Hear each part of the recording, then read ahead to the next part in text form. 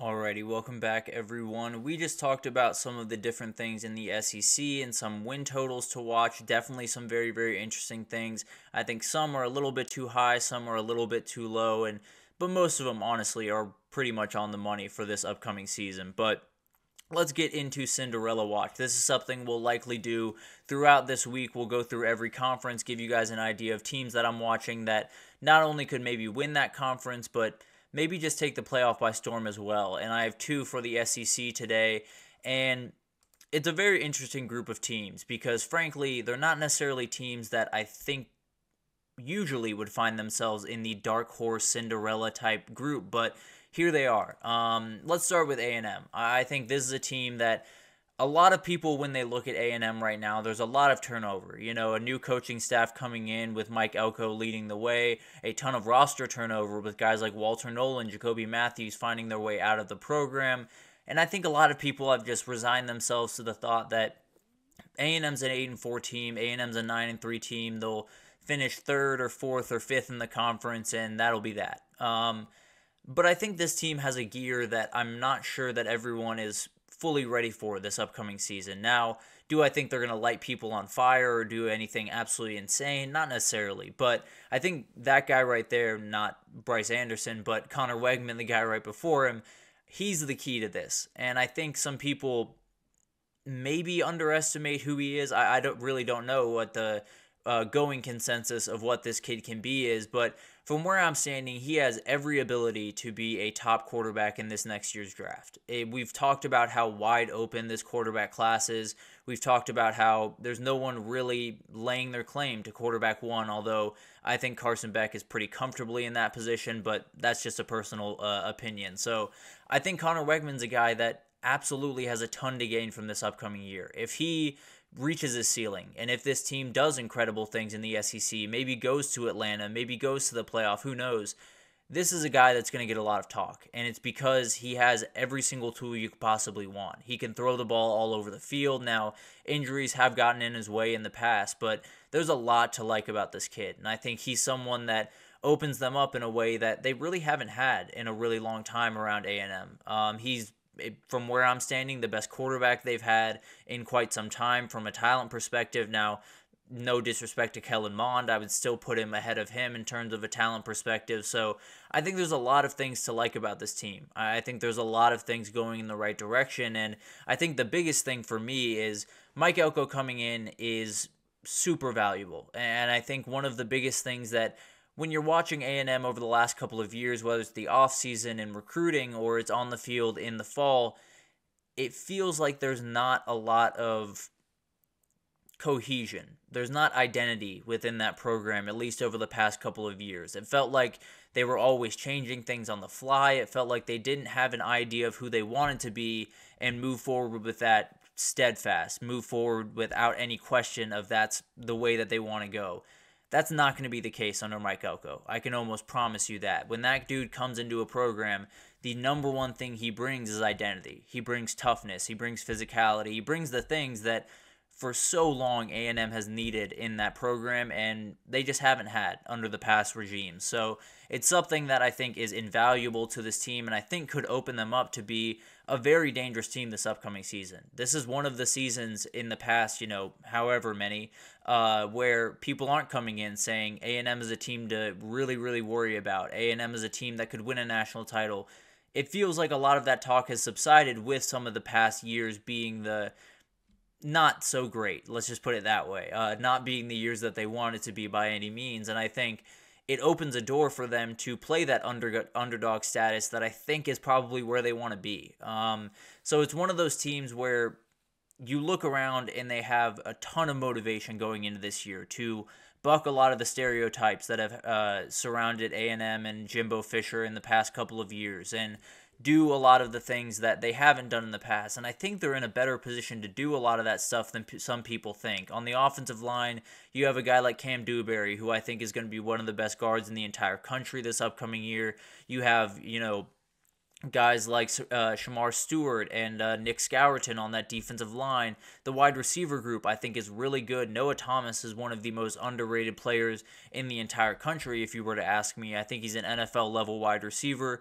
You also have guys like Moose Muhammad. You have Jade Walker. They're really, really good players in this back end, or in this wide receiver room, that can be difference makers as long as you keep that guy upright. As long as Connor Wegman can sit in that pocket and digest defenses, I think he can do really incredible things. So it's going to be fascinating to watch. I think Mike Elko brings an edge to this team that they absolutely need, an aggression to this team that they need.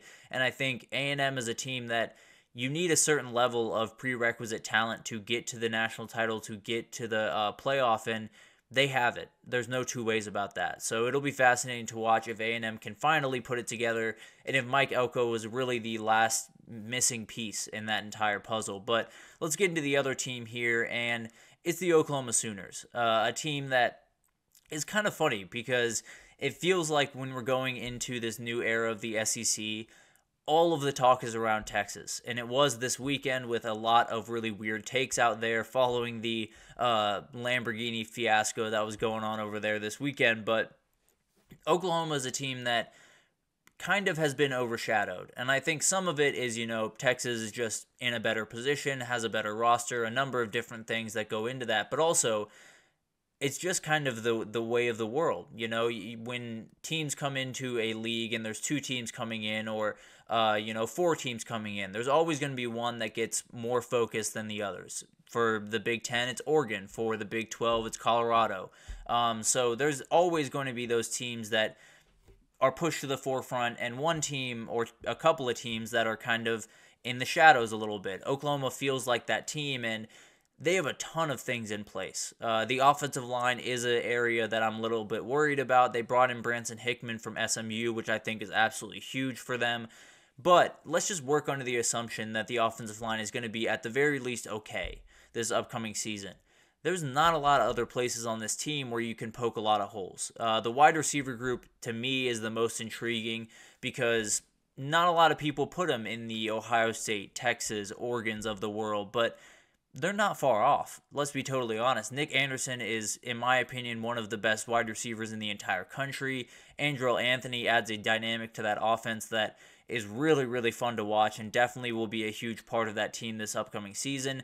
And then bringing in Deion Burks from Purdue is one of the biggest pickups they've had in this offseason. Definitely someone that has really wowed them through spring and into summer. So this wide receiver group is right up there with one of the best in the country, and Jackson Arnold is the guy that can, take them to the absolute next height, and his ceiling is ridiculously high. This kid could be dropped into an NFL quarterback room and no one would question it because of his size, because of his arm talent, because of all of the things that he brings to a football field. There would not be a lot of questions around him just standing in a NFL quarterback room. Now, he's got to unlock some things this upcoming year. There's no two ways about that. If they want to be the team that, makes a lot of noise in the SEC and possibly gets to the playoff and does some things that people aren't expecting of him, Jackson Arnold is the key. There's no two ways about that. But I think he has elite talent. I don't think there's any two ways about that. Now, the Arizona game did not go the way that he wanted it to by any means, but now he's the guy, and he has been the guy the entire offseason, and it's definitely a huge thing when you're going into the SEC to have someone that is out front. He's going to be the guy that, asserts the dominance, that is the leader, that does a lot of the things that you need him to do. So I think he's in a great position. I think the defensive line is another spot where you worry a little bit, but Dominic Williams was an absolutely huge pickup there. I think Dejon Terry is a great duo with him. So I think as long as they don't have big-time injury trouble there, they should be more than okay. The edge rushing with Ethan Downs and Trace Ford, I think, is going to be more than good.